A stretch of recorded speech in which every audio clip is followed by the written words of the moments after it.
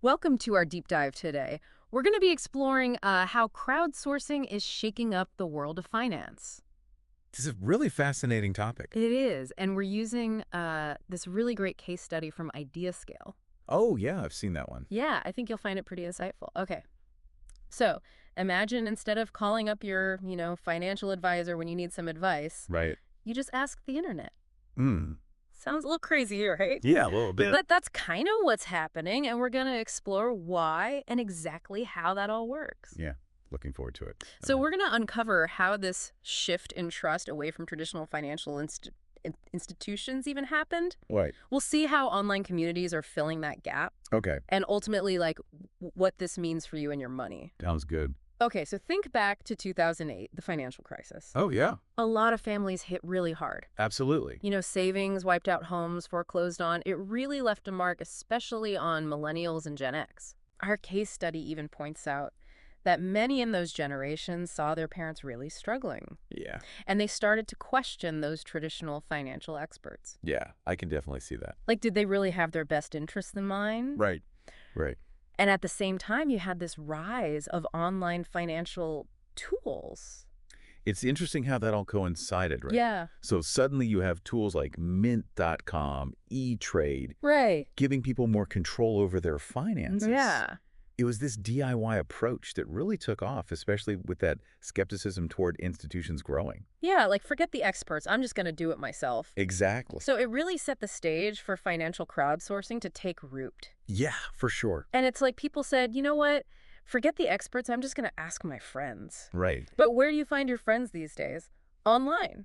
Pretty much. Yeah. So big online communities like Reddit have become like these hubs for financial advice. That's so interesting. It is. You'll find people asking everything from should I buy a used car to how do I navigate foreclosure? Wow. It's real people sharing real experiences, Right. offering advice without any kind of hidden agenda. It's like a support system. Totally. And it's not even just about asking for advice anymore. Oh, okay. It's expanded to crowdfunding as well. Ah, I see. Yeah, platforms like Kickstarter and GoFundMe. Right, right. They give individuals and businesses this way to raise money directly from people. Cutting out the middleman. Exactly, bypassing those institutions entirely. I can see how that would be appealing. Yeah, and get this, the case study highlights seekingalpha.com, which is this platform where investors share their analysis and opinions. Oh, yeah, I've heard of that. Research has actually shown that sentiment on that site can impact stock returns. Wow, really? Yeah, for example, a surge in positive sentiment on Seeking Alpha about this one renewable energy company Okay. led to a 15% increase in their stock price. Wow. So it just shows that collective wisdom can directly impact these market valuations. That's incredible. Yeah, it really underscores the power of this information. For sure. But Yeah. it also makes you think about how do you ensure that information is accurate? Right. Yeah, reliable. Yeah, we're going to delve into those considerations a little bit later. Very good. But I'm curious, how are established institutions even responding to this whole crowdsourcing thing? Yeah, good question. They can't just ignore it, right? Right. Well, the smarter ones Mhm. are seeing crowdsourcing as this opportunity Yeah, okay. to rebuild trust and connect with customers more authentically. Okay. It's about being part of that conversation, Right. offering genuine help, Yeah. and becoming a valuable resource, not just pushing their products. I like that. So how can people leverage this? Good question. The case study talks about harnessing the power of crowdsourcing, both internally and externally. So what does that actually look like? So internally, think about tapping into your own team, Okay. like gathering feedback from your employees, Okay. suggestions for improvement, even brainstorming some cost-saving ideas. Great. Leveraging that knowledge that's already there. Okay. And externally? Externally, you can use crowdsourcing to kind of get a pulse on what your customers really want. Yeah. Things like market research, Right. getting input on new product ideas, Right. even gathering insights on things like store layout or operating hours. Okay. So crowdsourcing can even help you identify areas where your current offerings aren't meeting customer needs, I see. which is what we call gap analysis. Okay. And this feedback can be super valuable for guiding product development and making sure you're meeting the needs of your target audience. That's so smart. Instead of just guessing what people want, you're getting direct feedback. Exactly. Much better than just relying on your intuition. For sure. And it's not just about gathering that feedback. Okay. It's about fostering a sense of co-creation. Okay. It's a collaborative approach that can lead to better products and services. And a stronger sense of loyalty and trust. This is making me think about how powerful this shift really is. Yeah. I mean, we've seen how crowdsourcing is changing how we access financial information, how institutions operate. Right. But what does this all mean for individual investors like you and me? Yeah, good question. How can we use crowdsourcing to make better decisions, Right. achieve our financial goals? That's a great question, and it's something we'll dive into a little bit deeper in the next part of our deep dive. Okay, sounds good. Yeah. Stay tuned. All right. Welcome back to our deep dive into crowdsourced finance. Before the break, we were talking about how this whole crowdsourcing thing is impacting who we even consider a financial expert. Yeah, it's really fascinating how things are changing. Yeah, Like, it's not enough to just have those fancy credentials or years of experience anymore. right. You need to be able to connect with people, Yeah, break down complex financial jargon. right. Like everyone needs to understand what you're talking about. Exactly. Almost like being a financial influencer. Right. Yeah, you have to build trust and engage with your audience Definitely. and show that you actually care about their best interests. Yeah, people can spot a phony a mile away. Totally. And with so much information out there. It's overwhelming, right? It is. Critical thinking has never been more important. Absolutely. You have to be able to sort through all the noise and evaluate the different perspectives. And make sure you're getting your information from credible sources. Exactly. And it's a complete 180 from how things used to be. Oh, yeah. You used to just rely on maybe one or two sources for financial advice. Like your parents. Yeah, your parents, a financial advisor, a newspaper. Right. Got it. Now you're just bombarded with information from everywhere. It's information overload, It is. which is why media literacy is so important. Okay. Being able to navigate all of that and separate the good stuff from the hype. Right. And determine what's real and what's not. Exactly. That's a vital skill these days. So it's not just about democratizing knowledge, it's about democratizing financial education as well. Right. We need to equip people with the tools to think critically so they can make good decisions. Absolutely. And you have to watch out for misinformation, Oh, yeah. scams, and predatory practices. Right, those can run rampant online. It's like the Wild West out there. It is. It's full of potential, For sure. but it's also full of risks. Definitely. So how do we address that?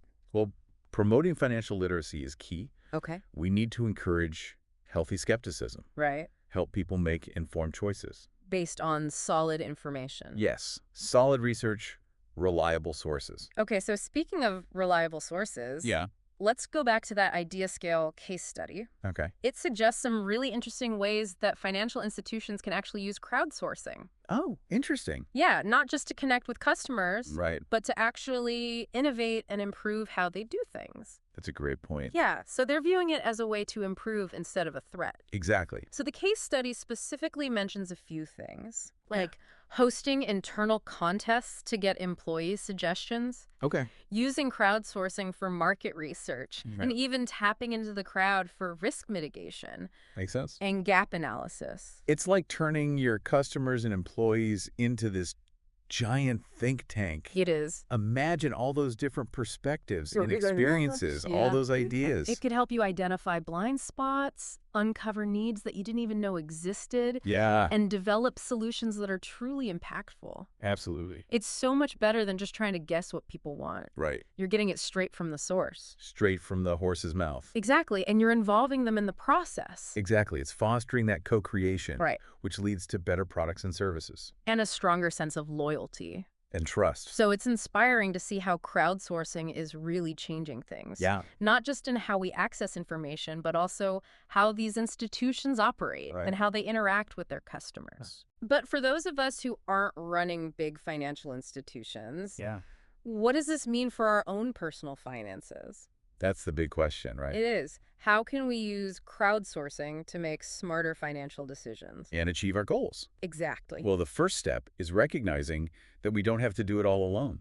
Okay. There's a world of knowledge out there. The wisdom of the crowd. Exactly. And we can use it to get different perspectives, Okay. learn from others' experiences, Yeah. discover solutions we might not have thought of ourselves. So instead of being intimidated by all the information, Right. It can be a lot. yeah, we can use it to our advantage. Exactly. You can connect with online communities, Yeah. follow financial experts Right. who make sense to us. Whose advice resonates. Yeah, and even participate in those discussions. Share our own knowledge, learn from others. Exactly. So it's about creating this personal financial ecosystem. It's about finding those resources, communities, and experts, Who align with your values. and your goals. Right. And remember, staying informed is crucial. Absolutely. Financial literacy is an ongoing journey. For sure.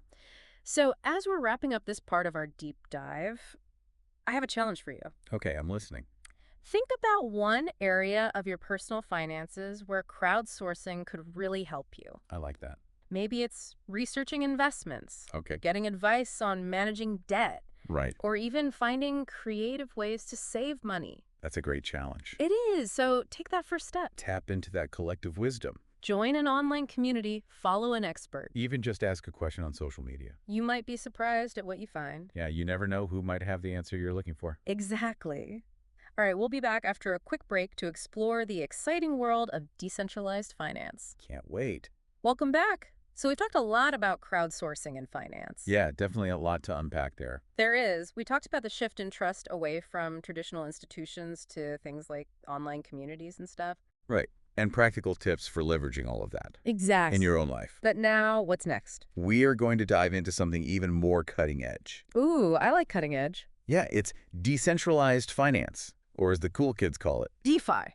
DeFi. Exactly. Well, DeFi is really interesting. It's Yeah. like the Wild West of finance. Okay. It's built on blockchain technology, Okay. which cuts out those traditional middlemen like banks and stuff. I see. So it takes crowdsourcing to a whole new level. Okay, I'll admit that sounds a little intimidating to me. Yeah, a lot of people feel that way. Can you break it down for those of us who maybe aren't blockchain experts? Sure. So imagine a financial system Right. where you can lend money, borrow money, trade, invest, Okay. all without going through a bank Wow. or a brokerage firm. Okay. That's DeFi. So instead of relying on these big institutions, Right. we're creating a financial system by the people, for the people. Exactly. And that's where the blockchain comes in. Okay. It's basically this public ledger. That everyone on the network can see Okay. and verify. So we don't need a central authority to oversee everything. Exactly. And that makes it more secure. Way more secure and less prone to fraud.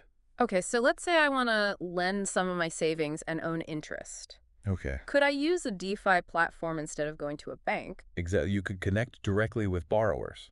and maybe even get a better return? Potentially, yeah. Okay, this sounds like quite a right. utopian vision of finance. I know, right? But I'm sure there are some challenges and risks. Of course, like anything new, DeFi has its risks. Right. The technology can be complex. Okay. And there's not a ton of regulation yet. Right. So there is potential for scams Right. and volatility. Okay, so it's really important to do your research before jumping in. Absolutely. You don't want to just jump into anything blindly. Right. But even with the risks, Yeah. it's hard not to be excited about DeFi. Yeah. I'm excited about the possibilities. Me too.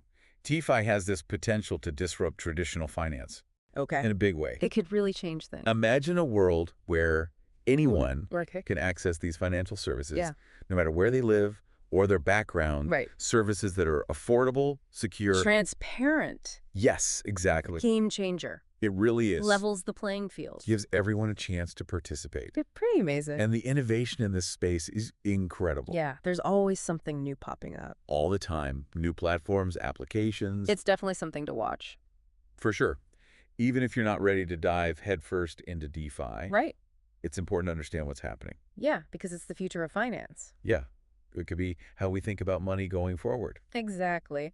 Well, I think that about wraps up our deep dive. I think so. We've covered a lot of ground. We have. We talked about how crowdsourcing is changing everything from how we get financial advice Right. to how institutions are operating. And even to new frontiers, Mm. like DeFi. Yeah. Yeah. And I hope everyone listening feels empowered to embrace these changes. Me too.